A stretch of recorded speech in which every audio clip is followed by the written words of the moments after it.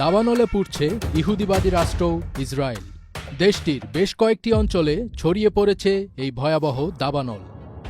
Times of ইসরায়েলের এক প্রতিবেদনে জানানো হয়েছে, তীব্র গরম ও প্রবল বাতাসে ইসরায়েলের একাধিক শহরে ভয়াবহ দাবানল ছড়িয়ে পড়েছে। আগুনের কারণে সড়ক ও রেল যোগাযোগ বন্ধ হয়ে গেছে।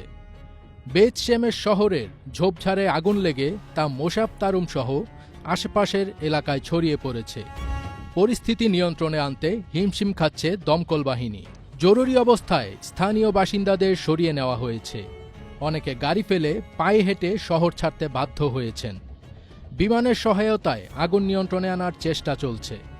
দমকলের 7 কর্মী সহ অন্তত 9 জন আহত হয়েছেন বলে জানিয়েছে ফায়ার অ্যান্ড রেস্কিউ কর্তৃপক্ষ।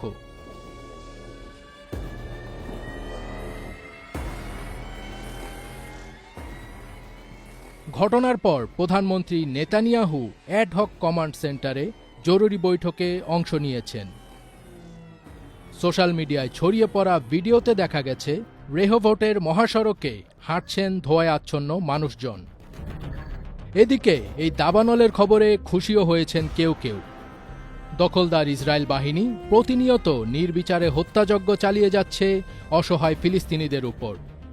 অনেকে সোশ্যাল মিডিয়ায় লিখেছেন যে নিজের পাপের ফল পাচ্ছে ইসরায়েল। গাজায় নির্মমভাবে ইসরায়েলি বোমার আঘাতে নিহত শিশুদের আর্তনাদ পৌঁছে গেছে মহান রবের কাছে, আর তাই এমন প্রতিশোধ নিচ্ছে প্রকৃতি।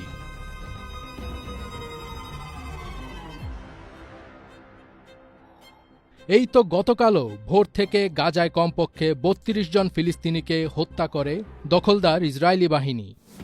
গাজায় একটি স্কুলে বোমা হামলা করেছে তারা, যেখানে আগুন লেগে নিহত হয়েছে শিশুসহ কমপক্ষে 10 জন নিরীহ ফিলিস্তিনি বেসামরিক নাগরিক। সৃষ্টিকর্তা ছাড় দেন কিন্তু ছেড়ে দেন না, তাই তো এবার প্রকৃতির প্রতিশোধের আগুনে পুড়ে ছাই হচ্ছে ইসরায়েল।